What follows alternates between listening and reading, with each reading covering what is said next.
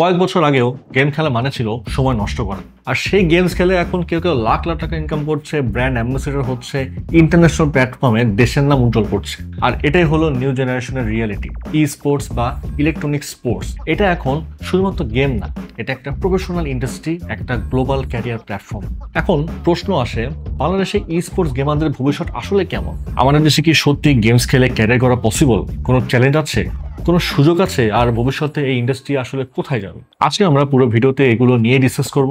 তাহলে শুরু করা যাক। প্রথমে তো বেসিকটা ক্লিয়ার করা যাক। ই স্পোর্টস কিন্তু কোনো ক্যাজুয়াল প্লে না, এটা অর্গানাইজড, কম্পিটিটিভ এবং স্পন্সর টুর্নামেন্ট লেভেলের খেলা। এখানে থাকে টিম, কোচ, অ্যানালিস্ট, ব্রডকাস্টার, এমনকি ম্যানেজারও। ঠিক যেমন একটা ফুটবল অথবা ক্রিকেট টিমে আমরা দেখে থাকি, তেমনই ই স্পোর্টস টিমেও থাকে একটা ক্লিয়ার রোল ডিস্ট্রিবিউশন।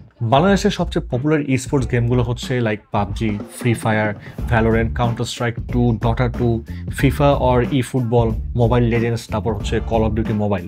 এই প্রতিটা গেমসের নিজস্ব কমিউনিটি, টুর্নামেন্ট, র্যাঙ্কিং সিস্টেম এবং স্পন্সরশিপের একটা সুযোগ আছে। এখন শুরুটা আসলে কবে এবং কিভাবে হয়? বাংলাদেশে মূলত ই স্পোর্টস শুরু হয় মূলত ইন্টারনেট ক্যাফে কালচারের সময় থেকে, প্রায় 2005 থেকে শুরু করে 2012 সালের মধ্যে। তখন ওই যে counter strike, call of duty modern warfare 2 আর ডটা ছিল সেই সময়ের কিংবদন্তি। ঢাকা, চট্টগ্রাম, খুলনা, রাজশাহী এই বড় শহরগুলোতে ল্যান্ড টুর্নামেন্ট হতো ছোট পরিসরে। আমার এখনো মনে আছে যে তখন রিওয়ার্ড মানে ছিল হয়তো একটা কিবোর্ড, না হলে একটা মাউস অথবা 1000 টাকার প্রাইস।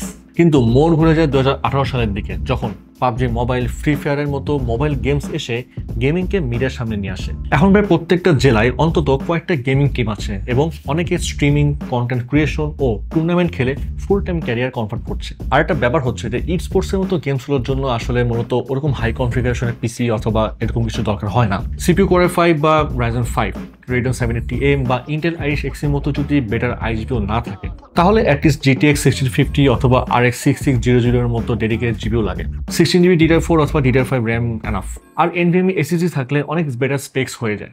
আর মোবাইল গেমিং এর দিক থেকে স্ন্যাপড্রাগন 8 Gen 2, Dimensity 8300 বা Apple A17 Pro এই লেভেলের প্রসেসর দরকার হয় যাতে 90 থেকে 120 FPS মেইনটেইন করা যায়। এখন ই স্পোর্টস গেমাররা কিভাবে ইনকাম করেন? এটা আসলে অনেকভাবে হয়, like tournament prize money, live streaming revenue, তারপর যদি ব্র্যান্ড কোলাবোরেশন অথবা ইনফ্লুয়েন্সার ডিলস করা হয় কোনো। এছাড়াও টিম ওয়াইজ খেললে টিম স্যালারি বা কন্ট্রাক্ট পেমেন্ট পাওয়া যায়। একদম প্রো লেভেলে চলে গেলে কোচিং অ্যান্ড কন্টেন্ট ক্রিয়েশন করেও আর্ন করা যায়। এখন বাংলাদেশে ই স্পোর্টস গেমারদের চ্যালেঞ্জ কেমন? একদম এক নম্বরে যদি বলি, আমাদের দেশের সামাজিক দৃষ্টিভঙ্গি। অনেক ফ্যামিলি গেমিংকে সময় নষ্ট মনে করে, যার ফলে ইয়াং গেমাররা প্যারেন্টাল সাপোর্ট কম পায়। কজ আশেপাশের নেবাররা যখন জেনে যায় যে ছেলে গেমস খেলে, শেষ, ছেলে তো গোলে চলে গেছে। কোনো মুরব্বীর সাথে আপনার বাবা রাস্তার দেখা হলো, আরে আমার ছেলে তো বোর্ডে স্ট্যান্ড করেছে, আপনার ছেলে কি অবস্থা, সারাদিন গেমস খেলে, এই হচ্ছে অবস্থা। এখন হ্যাঁ, অবশ্যই পড়াশোনা সবার আগে লাগবে, এটা বাদ দিয়ে গেমিং করা যাবে না। বাট সবাইকে কেন বোর্ডে স্ট্যান্ড করতে হবে অথবা গোল্ডেন এ প্লাস পেতে হবে? আমাদের সোসাইটির মেধাবী কিভাবে ডিফাইন করে জানেন? কোন ছেলে পড়াশোনায় কতটা ভালো।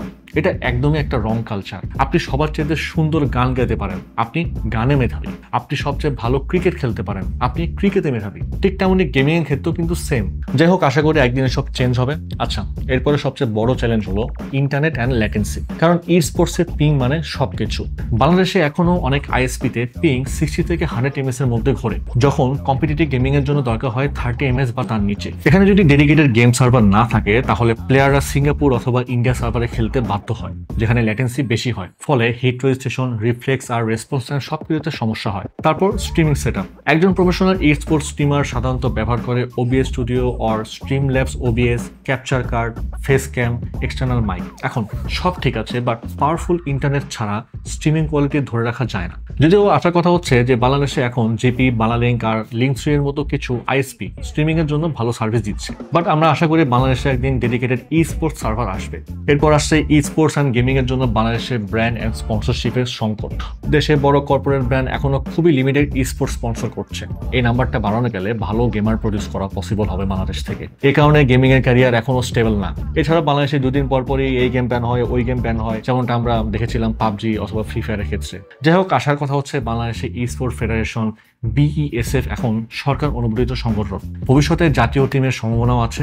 ঢাকা, চিটাগং, সিলেট অনেক গেমিং হাউস এখন প্রফেশনাল ট্রেনিং দিচ্ছে। বাংলাদেশের কিছু পপুলার ই স্পোর্টস টিমের কথা বলে যায়, like Venom Legends, A1 esports, Red Vipers, Infinity esports BD, Xenon esports. এই টিমগুলো অনেকেই সাউথ এশিয়ার রিজিওনাল ফাইনান্স পর্যন্ত পৌঁছেছে। ভবিষ্যতে হয়তো অনেক ভালো কিছু করবে। তো যাই হোক, আজকের ভিডিও এখানে শেষ করছি। পড়াশোনার পাশাপাশি গেমস খেলুন। আর কেউ যদি বলে যে গেমস খেলে কি জীবন চলে, তাহলে অ্যান্সার দিবেন অবশ্যই চলে, শুধু খেলার মতো খেলতে জানতে হয় আর কি।